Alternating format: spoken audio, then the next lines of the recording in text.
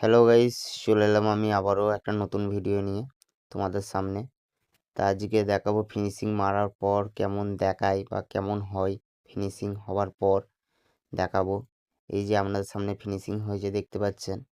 এই যে কেজিটা যদি ভালো লাগে আপনাদের মনের মধ্যে, তাহলে কমেন্টে জানাবেন অবশ্যই কার কার ভালো লেগেছে।